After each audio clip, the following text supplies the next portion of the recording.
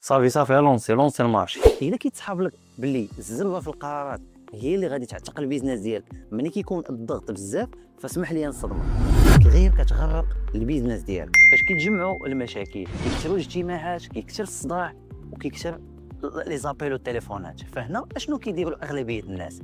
كيبدا ياخذ قرارات بالزربه غير باش يتسمى باللي راه دار شي حاجه. بصح هذيك ماشي سرعه، هذاك غير خوف وانفعال اللي غادي يخرج على البيزنس.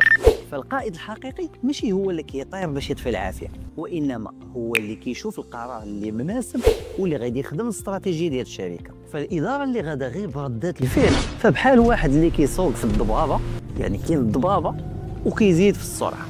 وهنا في الاخير بغيت نقول لك باللي الزنبه غتقدر تبين لك مجهد دابا، ولكن غادي تخلص عليها بالغالي من بعد. وفي الاخير بارطاجي معايا واش ديجا خديتي شي قرار وندمتي عليه؟ جاوبني بصراحه في الكومنت.